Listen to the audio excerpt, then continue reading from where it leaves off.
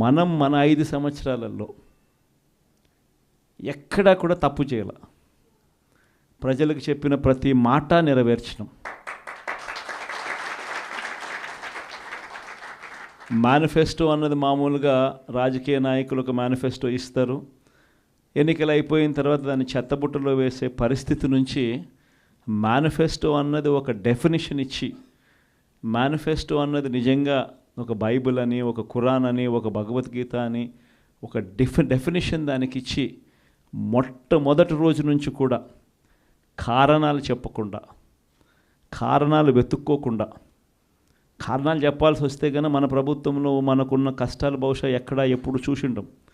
ఎప్పుడు చూడని కోవిడ్ లాంటి సమస్యలను కూడా ఎదుర్కొన్నాం. అది కూడా 2 ఏళ్ళు, అది కూడా 2 సంవత్సరాలు కోవిడ్ లాంటి సమస్యలు ఎదుర్కొన్నాం. కానీ ఎప్పుడు కూడా ఒకటే చెప్పా, మనల్ని ప్రజలు ఓటేశారు, మనం ఎన్నికలప్పుడు ఈ మేనిఫెస్టో రిలీజ్ చేసినాం, మనం ఇచ్చిన మాట మరో 30 సంవత్సరాల పాటు మన బాటను నిర్దేశిస్తుంది అని చెప్పి.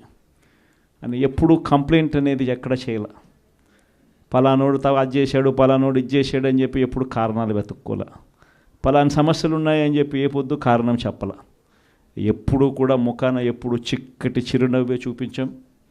ఆ చిక్కటి చిరునవ్వుల మధ్య ప్రజలకు మేనిఫెస్టోలో చెప్పిన ప్రతి హామీని కూడా ఇంతవరకు రాష్ట్ర చరిత్రలో ఎప్పుడు జరగలేదేమో.